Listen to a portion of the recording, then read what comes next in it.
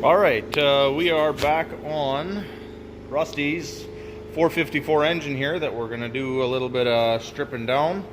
So we're going to pull the exhaust manifolds off, plug wire boots, plugs. Basically we're going to get ready to strip this thing down to the short block, which means the heads are coming off, the valve train's coming out. So we're going to make the heads lighter because they're already freaking heavy. I measured a similar 454 head and they're about 82 pounds, so that is ridiculously heavy.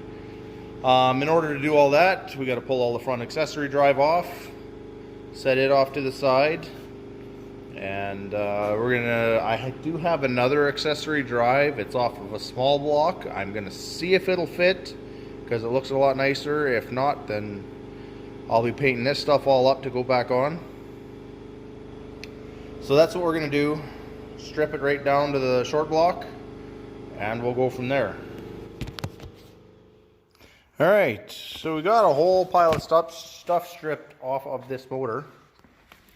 All the front accessories, stripped it all off, the water pump, exhaust manifolds are gone, motor mount, starter, everything I took off. I put the bolts back in the holes where they go, or put them in a bag, set it off to the side. Even all the useless brackets back here that the factory uses that I won't be, took them off. I threw those in the garbage because I know I won't use them. And then I have a little bit of learning to do. This has oil cooler lines, and these things always leak. So I will not run them just for that fact. If this thing was only a tow rig and that's all it did, I would probably keep them on there. But going to be doing some hot rod driving too and all that kind of stuff. And doing that, it doesn't really matter. I won't be heating up the oil that much. So ran for years and years without them. So there's a little procedure to do to get rid of these oil cooler lines, because these actually go right into the block. So it's not just an adapter you take out. So when I get around to that, I'll walk you through that. Another thing I got to do is get rid of this side mount oil filter here, because it will be in the way on a later step, and I'll show you how to do that. And then one other thing I wanted to show you, one of the big reasons I'm getting away from this, other than these tiny little oval ports right there, is the Gen 5 engines have a non-adjustable valve train. So these are like the newer engines, they're just torqued down. So you have to be extremely precise on your push rods and all that stuff if you're changing the cam and all that kind of stuff. So what I'm going to do is just change them out to a better upgraded set of heads with adjustable valve train, and that will be it. So that's the big secret I'm doing with this. I'm putting Mark IV heads onto a Gen 5 block.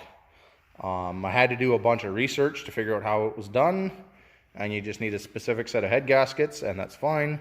So I got those. I'll show you what number they are when we get around to that point.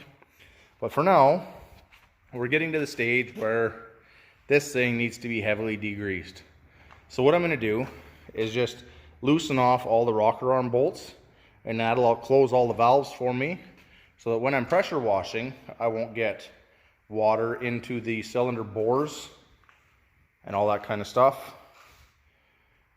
And then, yeah, we'll put the valve cover back on, and then we'll cover the valley so that I don't get a bunch of water down in the bottom of the block, and then we'll be good to go. So yeah, we're just about there. Bunch of cleanup to do before I do any more disassembly. Don't think I'm gonna have time for that today. I got a whole pile of cleanup because we got work to do, and I've made a bit of a mess. So yeah, I'm gonna get doing on that. So this is a shorter video, just disassembling the motor a little bit. Well, disassembling the stuff off the motor. And then yeah, we will talk to you guys next time. Make sure you like, share, follow along, all that kind of stuff. Be appreciated. Thanks. Bye.